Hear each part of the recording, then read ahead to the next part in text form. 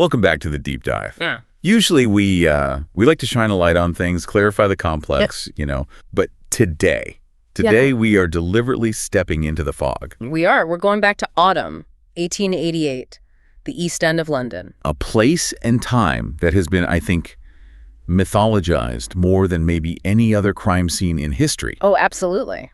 We're talking about Jack the Ripper. And I know what you're thinking. You've seen the movies, you've heard the stories. You're picturing the guy in a top hat, the swirling fog. The cobblestones, the police whistles. Right. It's become this gothic horror story. And it's almost lost the fact that it was a real historical event. It's the theatrical version of the murders. It's entertaining, but it's not remotely accurate. No. And the research we have in front of us today, it just completely dismantles that theater. We're looking at modern forensic profiling, geographic analysis from some really dedicated internet sleuths, and primary sources that just expose the journalism of the time. And the picture that emerges is, well, it's messy. It's not a clean whodunit. Not at all. It's a picture of crushing poverty, of systemic failure, and of a police force that was just completely out of its depth. So here's the mission for this deep dive. We're going to strip away the top hat. We're going to challenge the facts that everyone just assumes are true, starting with the victim count. And we're going to use modern science to look at the killer's mind, not just his nickname. And maybe most importantly, we're going to look at how fake news isn't a modern invention. It might have framed the wrong man for over 100 years. Okay, so let's start with the dogma, the Canonical Five. Right. If you ask anyone who knows true crime, they'll list them off. Mary Ann Nichols, Annie Chapman, Elizabeth Stride, Catherine Eddowes, and Mary Jane Kelly. That list is basically the holy scripture of ripperology, but people forget it was solidified by a police official, Sir Melville Macnaghten, in a report written years after the crime stopped. It was an administrative summary. It wasn't necessarily a forensic conclusion, was it? Not at all. Which brings us to the big question for today. What if Macnaghten was wrong? What if there were actually 6 victims? And what if the killer started earlier than we thought? It's a huge claim, but the modern data seems to support it pretty heavily. It does. But before we get to the bodies, we have to understand the ground they fell on. You can't understand the shark if you don't understand the ocean. We need to talk about Whitechapel. And that brings us to the nemesis of neglect. This stood out to me so much in the research. It's a cartoon from Punch magazine from September 1888, right in the middle of the terror. Have you seen it? I have. It's haunting. It shows the killer not as a man, but as this phantom, a specter rising out of the slum's foul air, holding a knife. And the caption says, "There floats a phantom of the slum's foul air. 'Tis murderous crime, the nemesis of neglect." That phrase, nemesis of neglect, is everything. It's Victorian society basically admitting we created this monster, this is our fault. Yeah, the research really argues that the East End wasn't just poor, it was a pressure cooker that had been ignored for decades. The stats are just staggering. You had the economic crash in the 1860s, so shipbuilding is gone, mass unemployment. Then you have the sweated trades. Which is things like matchmaking, clothes making. Right. Well, we're not talking about factories. We're talking about damp cellars where women and kids worked 14-hour days for literal pennies. And where did they sleep?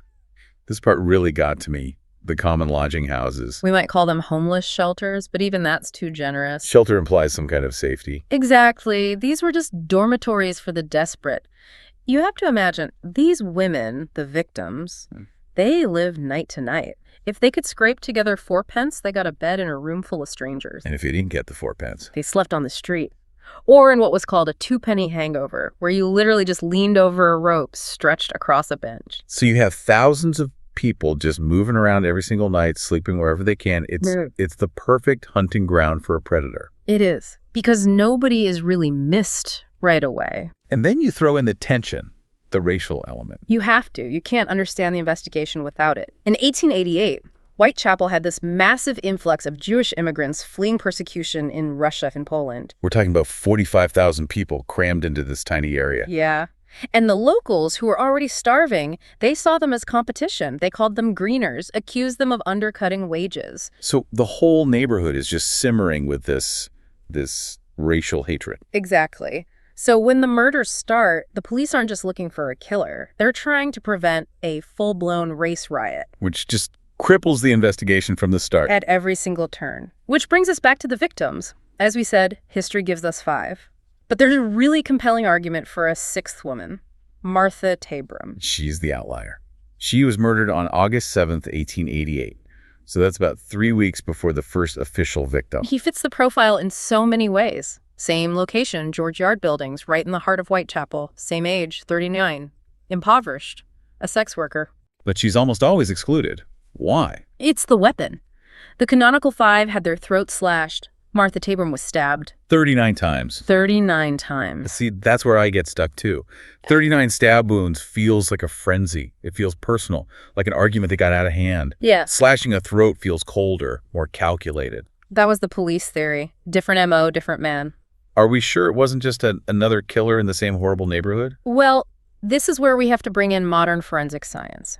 There's a paper by Robert Keppel and his team that is just fascinating. Keppel's a big deal. He worked the Bundy case, Green River Killer. He's a legend in profiling. And his paper makes this critical distinction that the Victorians just didn't get. The difference between modus operandi MO and signature. I feel like TV shows use those terms interchangeably. They do, and it's wrong. MO is functional.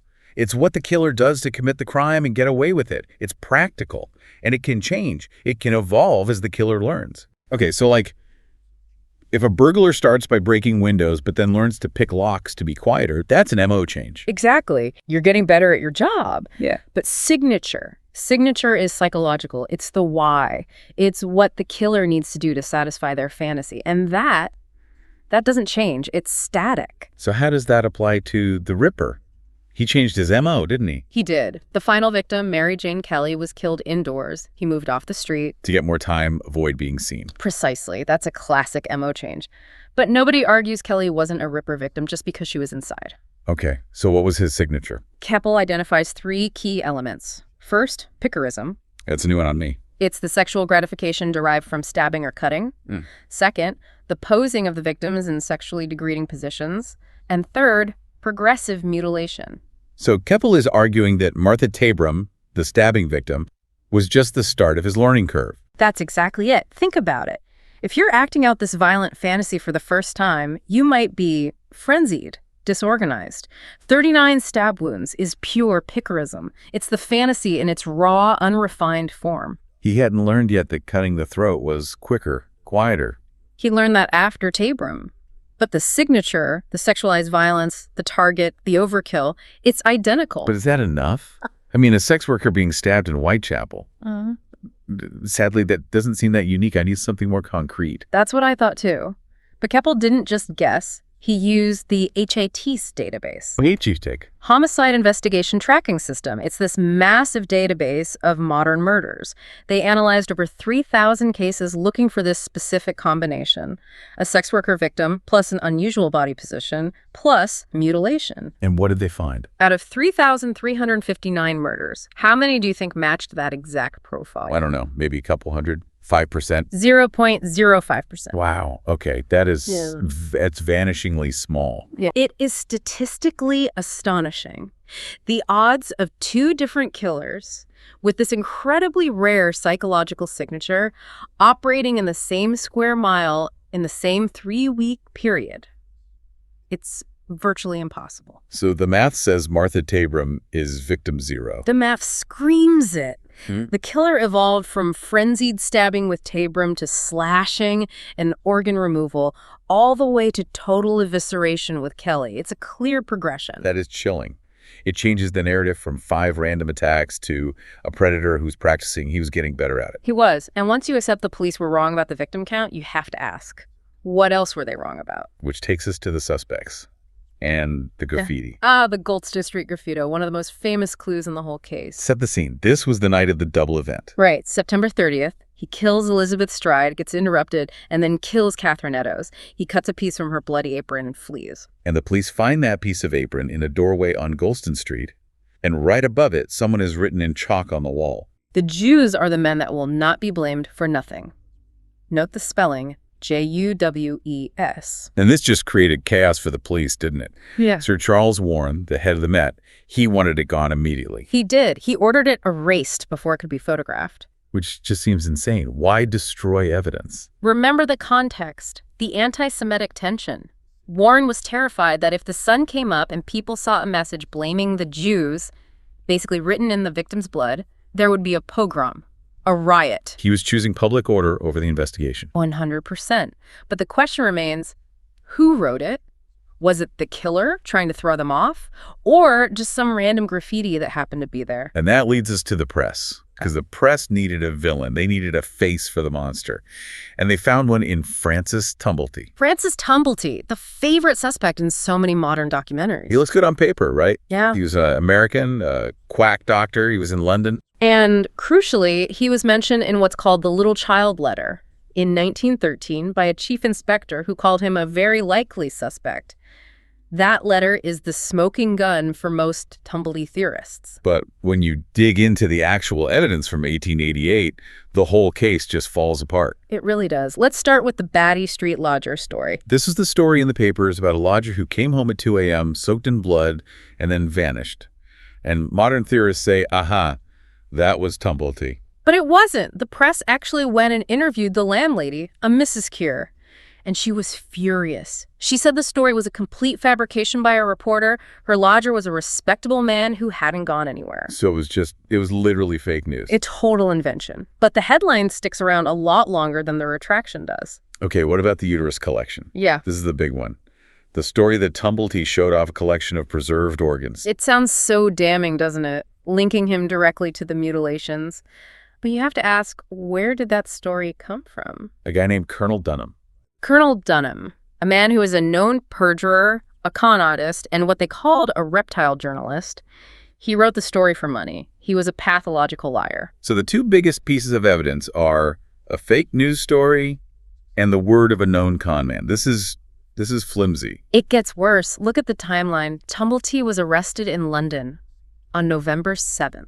Okay, so he was in police hands. But not for murder. He was arrested for gross indecency. Which in Victorian England meant homosexual acts. Right. He was a gay man at a time when that was a serious crime. Now, the final, most horrific murder, Mary Jane Kelly, happened on November 9th. Wait a second. He was arrested on the 7th?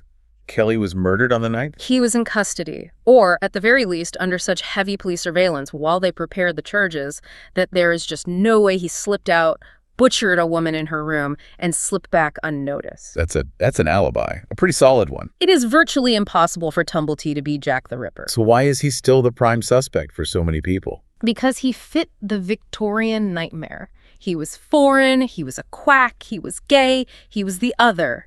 It was easier to believe the monster was a strange American outsider than, just some guy who lived down the street. He was a patsy. Created by sensationalism and kept alive by bad history. It's amazing, isn't it? We spent all this time thinking we knew the story. But the Canonical Five is probably wrong. The prime suspect is almost certainly innocent. It's a lesson in going back to the primary sources. History is so often a game of telephone. So to synthesize this, we've walked through the smog and found the real enemy was often the city's neglect of its own people. We've used modern profiling to give Martha Tabram her rightful place as the first victim of a predator who was learning his trade. And we've pretty much cleared Francis Tumblety's name, at least of these murders, by just showing how flimsy the evidence was. It's a completely different picture than the one you see in the movies. It really is. And before we go, I want to circle back to the women themselves. Because in all this talk of signatures and suspects, they can get lost. Marianne Nichols, Annie Chapman, Elizabeth Stride, Catherine Eddowes, Mary Jane Kelly, and Martha Tabram. They weren't just puzzle pieces.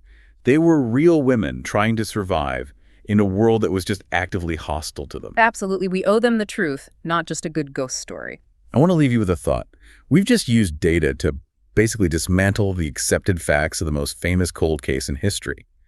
We found the official victim count is wrong, and the favorite suspect is a myth. It makes you wonder, doesn't it? It does. If this signature analysis proves these 6 women were killed by the same hand, and if the suspects like Tumblety are just distractions, how many other canonical facts in history are just Victorian clickbait? Perhaps the answer was never going to be found in the famous suspects we've been obsessing over, but in the quiet, unknown figures the police and history simply ignored. Maybe the truth isn't in the fog. Maybe it's in the data we've been ignoring all along. Thanks for diving deep with us. We'll see you next time.